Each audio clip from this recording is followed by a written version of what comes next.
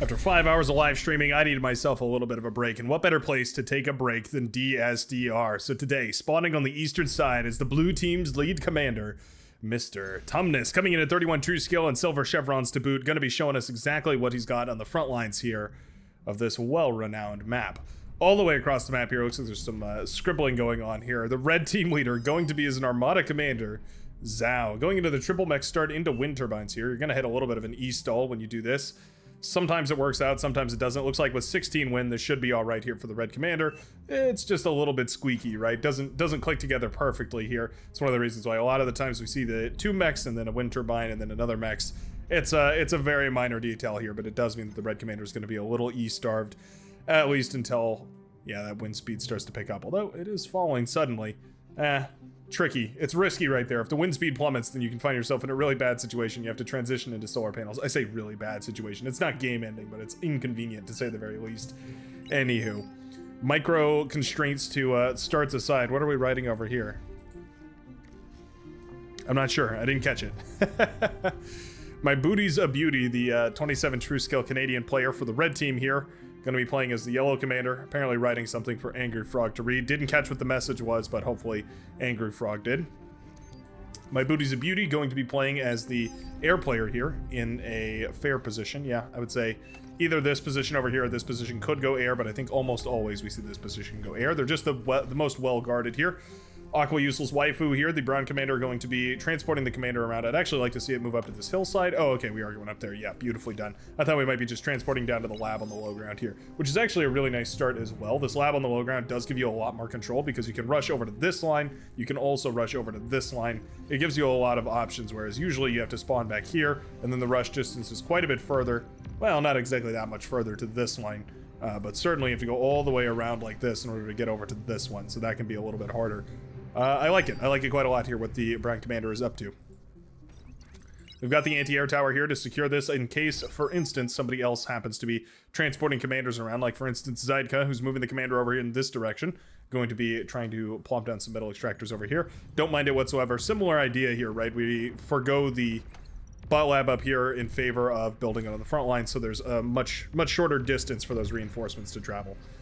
It can be very, very valuable. Already some aggression across the field, though. Blitzes and rovers moving forward here. Sorry, my voice is getting a little sore, so I'm going to take this one a little easier than usual here. 5 hours on the stream will do that to you, so I got to relax a little bit. 12 PDT, by the way, on Tuesdays and Saturdays. In case you're interested in tuning in, you're more than welcome to jump on into the streams in case you're interested in playing some funky, otherwise strange games of Beyond All Reason, but it is some good, wholesome fun. Definitely recommend it if you're interested in joining the Brightverse community. You can always like and subscribe, all that sort of YouTube nonsense. But anyways, blitzes do manage to snipe 2 metal extractors and a solar panel here. Actually quite nice, denying 4 metal per second to Mum4K, who is not rebuilding. Busy microing the grunts, I suppose. Which actually lose, my goodness, the hero blitz. The hero blitz manages to take down all those grunts on its way out of there. I think this grunt will finally clean it up, but my goodness, that blitz had a story to tell right there. Jamba moving forward here as well, catches a couple of those scout craft. We do have a blitz going down. We do have a rover going down. Not the end of the world right here, but Hazy R is going to have the advantage as far as the LLT war goes. Yeah, moving the commander in front here to try and block for any D-guns, so that's not the case. Jamba more than happy to concede the ground and going to give up the metal extractor. The longer this goes on, the more of a disadvantage this becomes. I wonder if Jamba might be able to get away with the metal extractor here, actually. Yeah, I think he probably could. Put the metal extractor far enough off to the back, and I think you can probably get away with it. Yeah, there we go. Out, just barely outside of the LLT range. Yep, outside of LLT range here as well. Ah, that's frustrating for Hazy R, who made this entire push and pushed all the way up to this line just so that we could potentially shut down that metal extractor, only for it to come up here. Just off by a couple of steps right there, but it is enough that the orange commander is actually going to be on even footing here with the purple commander, despite a positional disadvantage. The metal incomes are going to be exactly the same, which means that all is well. Maroon commander coming in to help the tan commander, who's put on the back foot right here, trying to recover by rebuilding some of these metal extractors. Mum4K with 18 true skill here, so definitely a little bit of a newer player. Shuriken out, also quite nice to help paralyze a whole bunch of these units, make it very efficient for these, well, this single medium tank and single blitz tank to push forward here. Anti-air tower shooting down the blitzes, but it will eventually fall as well to those power wombo combo, the medium tank and the blitz tank here. Love this position for Aqua Useless Waifu. Yeah, I think pushing forward, claiming this high ground right here. It's another 4 metal per second going back to the brown commander. Zydka applying pressure over here with the aggravators. Cortex rocket bots. Kierkegaard going to be building a flamethrower turret. Love to see that. Grunts take a nice fight on the southern side, though, for the hot pink commander. So that's nice. At the very least, denying some of that pressure that Zydka is applying. Forcing Zydka to think a little more linearly here. Not going to be able to flex in one direction or another too much, otherwise risking a little bit of a runaround. Mine layer goes down, but we already have some landmines up here, heavy landmines. Oh, LLT comes up here. Ah, we didn't have any static defense over here. It's actually a great play by Mr. Tumnus. Shutting down one of those metal extractors with just a single LLT. Quite annoying. Aqua Useless Waifu going to be forced off the front line there to go try and deal with that. Some grunts do slip by over here. They're going to find a couple of those whistlers for the purple commander, Hazy R. Beautiful little run by over here. LLT doing some good work, though. Yeah, those grunts a little preoccupied with other things. Ooh, okay, LLT manages to clean this up. Actually, all said and done, virtually no damage right there. A single wind turbine, it looks like, goes down right there for the purple commander. Basically, no damage was done by that little run by right there. So Jamba, unfortunately, loses a whole bunch of those units. There's something being in there by Hazy R, who also has a beamer turret up and is working on a second one.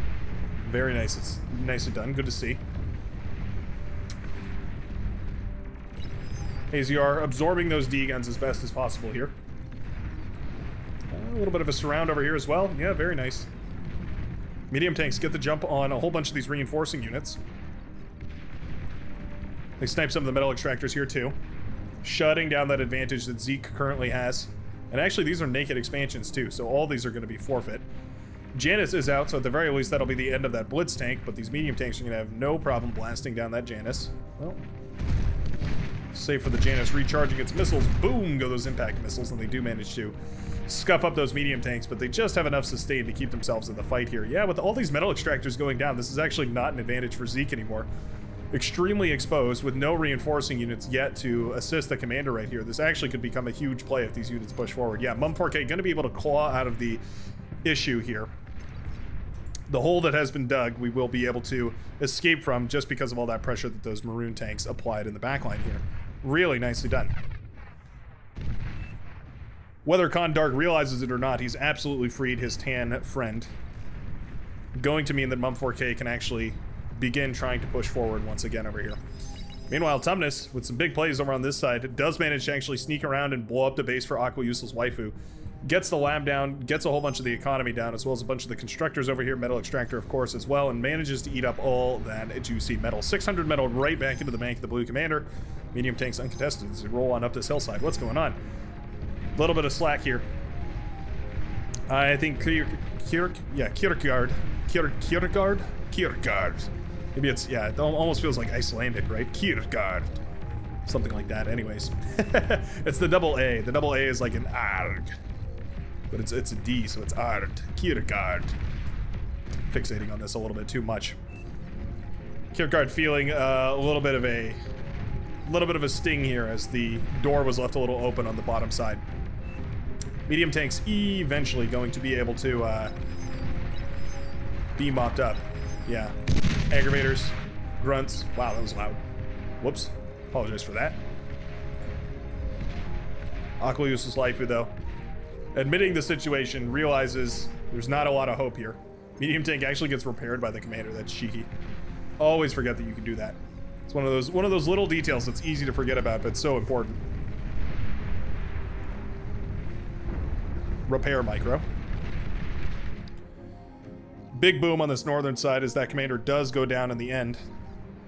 Meaning that all that trouble... Oh, it was actually a commander trade. Okay. Well, you know what? With the trade, I think this is probably fine. That being said, this medium tank got back into the back line. Oh, no. Yeah, there we go. We're going to disassemble it. We're going to move a construction tower. Ah, okay. I see how we're going to reclaim. We're going to move a construction tower forward. I don't know how well this is going to go. This is a cheeky play, but I like it. We'll see if this construction tower can manage to do anything.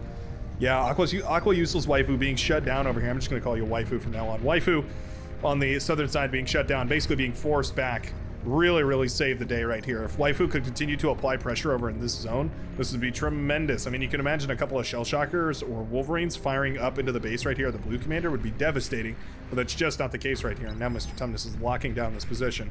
Build power is deployed over here to keep this LLT alive, so that's quite nice.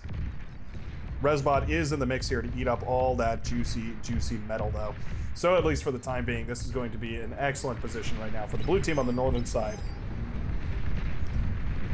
Zeke has partially recovered here, although we are still missing these metal extractors. That's a lot of metal that's actually not in the bank right here for the green commander. 1, 2, 3, 4 metal extractors versus 1, 2, 3, 4, 5. Actually a metal disadvantage here for the green commander. Despite having such a huge positional advantage, absolutely lacking a little bit of metal right here. The economy for the tan commander here, looking at 13 metal per second, 12 to 13 metal per second versus Zeke, about 12 or 13 as well.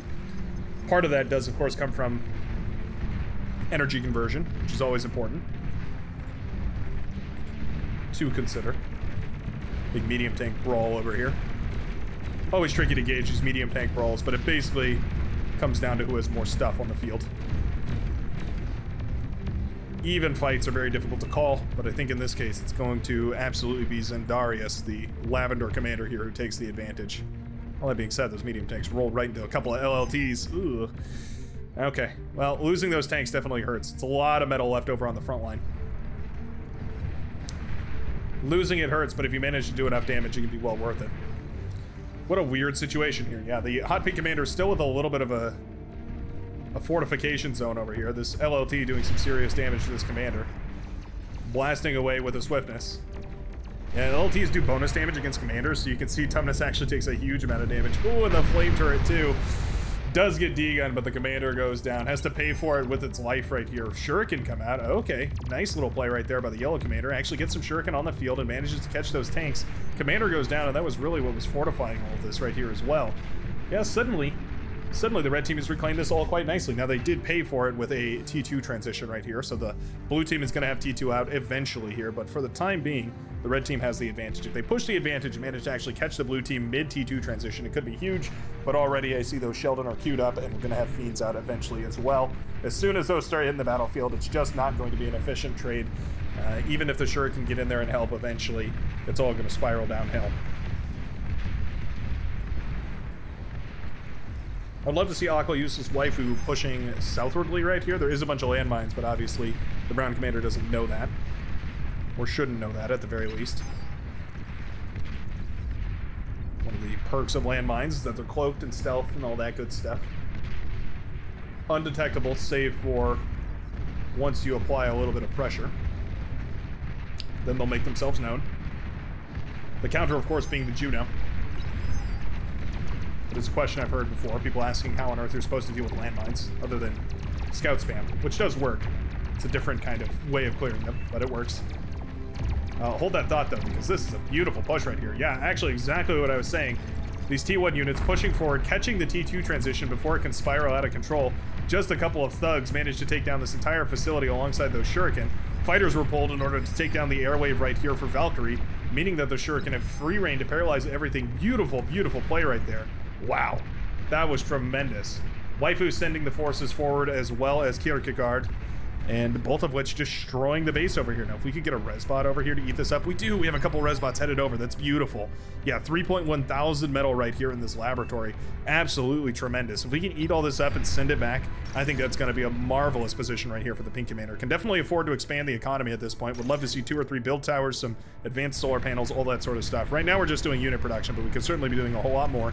Yeah, we're going to start overflowing a whole lot of metal to the team. Certainly not a problem. I'm pretty sure the team will be pretty thrilled about this. Meanwhile, Waifu making some more big plays right here, walking the thugs forward. Really, really nicely done. Shuts down the fabricator, the production right here for AZR, pardon me.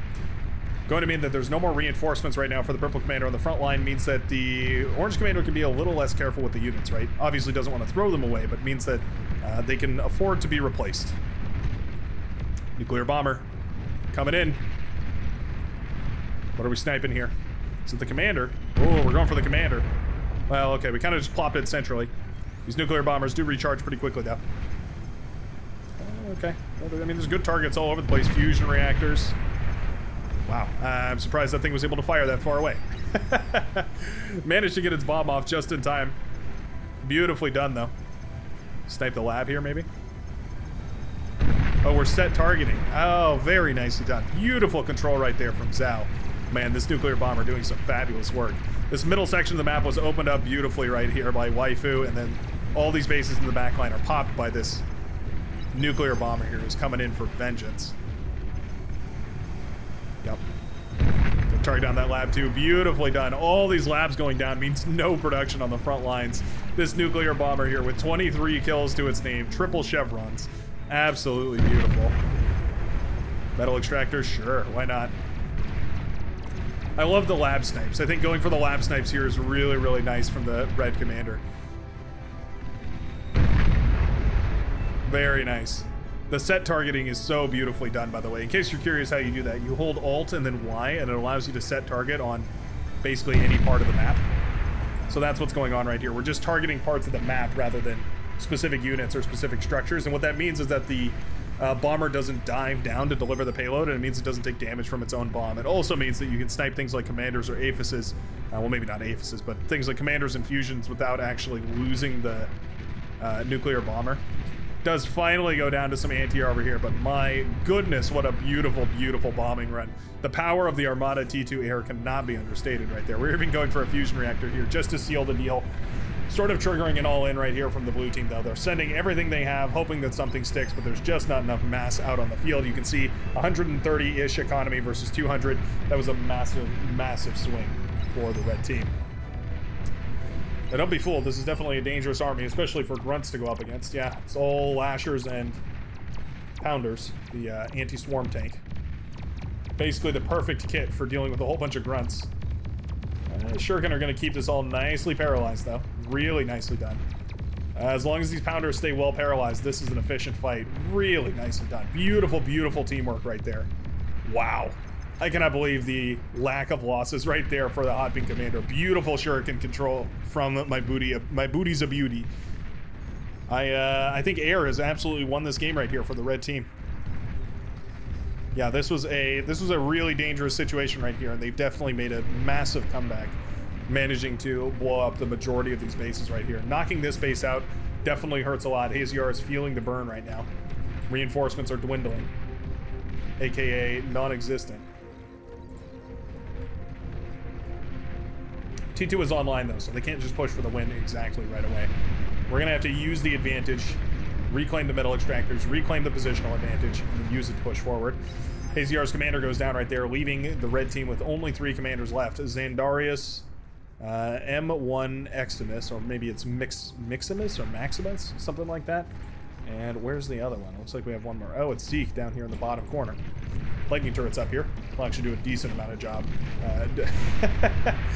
Can you tell I'm a bit tired today? They'll do a decent enough job against those medium tanks here. D-gun, though, is beautiful, and we'll connect with a whole bunch of those. Resurrecting this army. I don't mind it, but I think we should just go T2. At this point, you could close out the game. Yeah, the red team definitely unaware of exactly how tremendous their advantage is at this point, which is understandable. It's difficult to make that call after coming back from a situation like that where you've been on the back foot for so long and then suddenly you're back in the game. Really difficult to tell if you actually have an advantage or if you just equalize things. Certainly taking out T2 labs across the board over here as well as so much economy really, really hurt the blue team. We're remembering our anti-nukes. It's better than I do. And I'm 30-something true skill. If that's any indicator, Miximus has a bright future ahead of him. Sheldon, living up to their name and shelding away. Shelding away. It's like young Sheldon. Oh, I think that's, yeah, I think that's going to be the thumbnail. Young Sheldon, there it is. It'll bait so many people in that'll be so confused to see beyond all reason. It'll be perfect. This is all missile trucks. Oops, all missile trucks. I mean, it's great against the Shuriken, don't get me wrong, but they're not going to have much effect against the grunts. And we don't need to send the fighters in. We don't need anything here, really. The air player has transitioned out of airplay, so there's not really any reason not to go for more bombers here. Yeah, I think the red team has the case of assuming that the enemy is going to respond to what you did in the last play, whereas realistically what they're doing is recovering. This is not a method to counter T2. This is just a band-aid to cover for the shurikens. Technically it would work against a nuclear bomber, maybe one or two. Fiend's gonna have a field day blasting this apart though. Zeke's little fort over here. Well, it actually stays standing. Yeah, it actually stays standing. Well, a single lightning turret stays standing anyway. Oh, actually, these are all lightning turrets. My goodness, these are all lightning turrets. Well, it's quite a lot, I will say. Fiend in the back line. Oh, nice self-destruct here. Causes a chain reaction on the wind turbines. Really nicely done on the wind, or by the, by the brown commander. Useless waifu.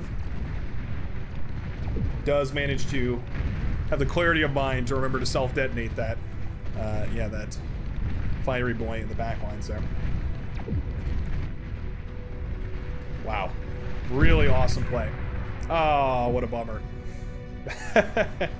Yeah, the transport's loaded up with beamer turrets. It was sort of like a micro Nostradamus here.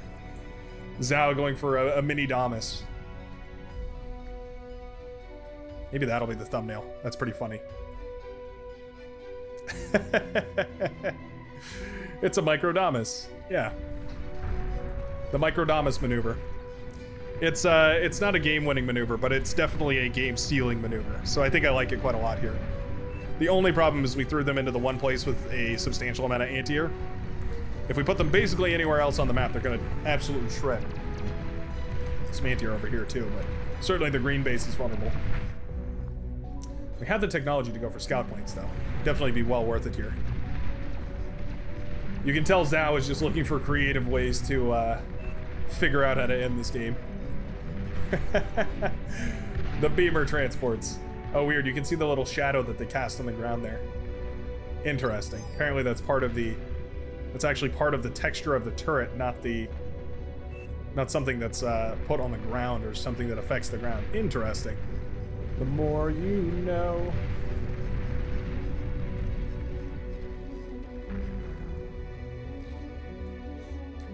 Not acknowledging chat whatsoever. Feel free to read it, but I'm not acknowledging it.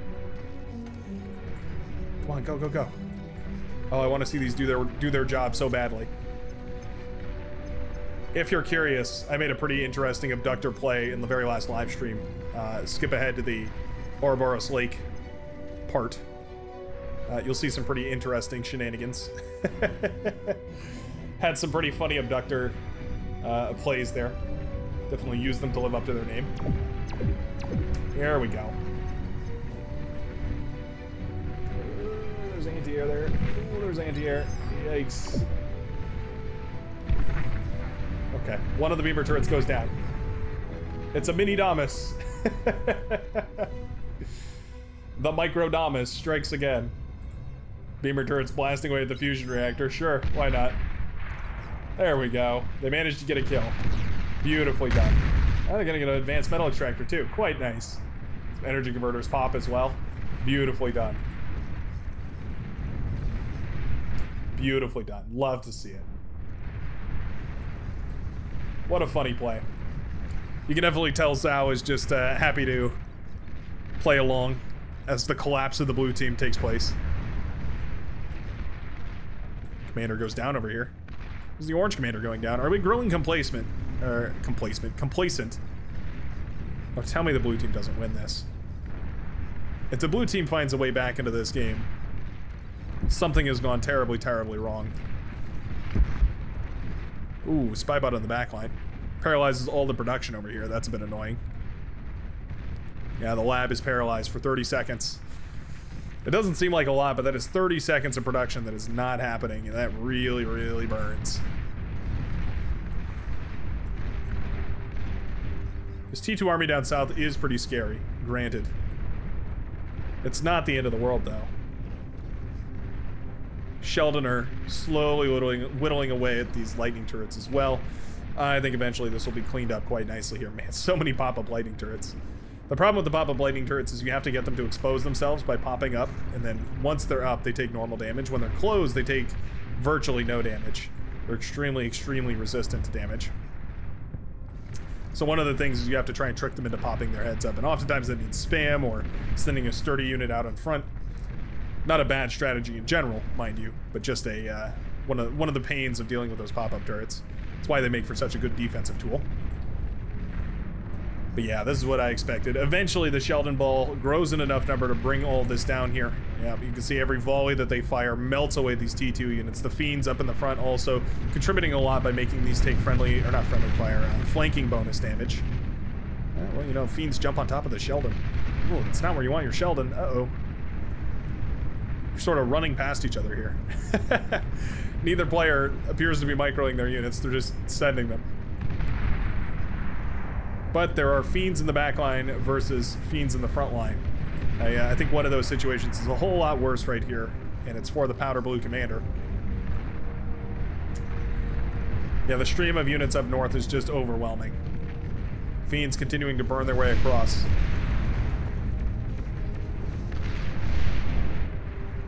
And Deacons are on point. Miximus doing a great job keeping those Fiends back. What is our in-game solution here? I know somebody's thinking about an ender. Let's go out with a boom instead of a whisper. I want to see another mini-damus. A micro-damus. Let me know down in the comment section which one you think is better. The micro-damus or the mini-damus.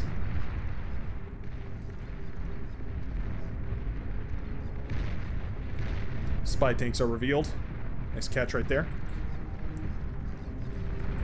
Love the inclusion of the spy tanks here, making this army a whole lot more efficient. Unfortunately, yeah, the red team can just afford to be inefficient here.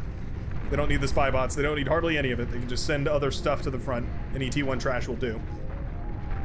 Because they know that at the very end of the day, there's no more reinforcements coming as more and more fusion reactors, solar panels, wind turbines, anti-nukes, Fiends, Maximuses themselves all start to burn in the backline here. Yeah, we've even got the resurrected T1 units. Are we still resurrecting over here? Not even reclaiming. That's so funny. Production has just halted. We're just going for T1 units here. Yeah. Kierkegaard, just more than satisfied with the units that he has and the units that he can resurrect. Not interested in producing any more. I appreciate that. You know, it's good for the environment, right? We're recycling. Love some good recycling. Zeke in a lot of trouble over here as well. Ooh, down goes the second to last commander here. And I have a feeling it won't be too long before we see the final commander for the blue team going up in smoke. Oh, we're gonna self-destruct everything. There we go, okay. This is not BM. This is just their way of resigning as the last commander falls for the blue team. What a hilarious little game. Beautiful plays from both sides. Love the little play over here on the right side, or on the left side from the blue commander. Waifu staying in the game though. Love to see it. Plus the little micro-damus. That was beautiful as well. Thanks a ton for watching. I sure hope you enjoyed. Go check out the streams. I really have pushed those pretty hard, but I think you'll definitely enjoy them if you're enjoying these games of Beyond All Reason. They're like this, but up to 11, so I think you will definitely find them pretty interesting. Otherwise, I hope you have a great rest of your day, and I will see you in the very next game of Beyond All Reason. Peace out, everybody.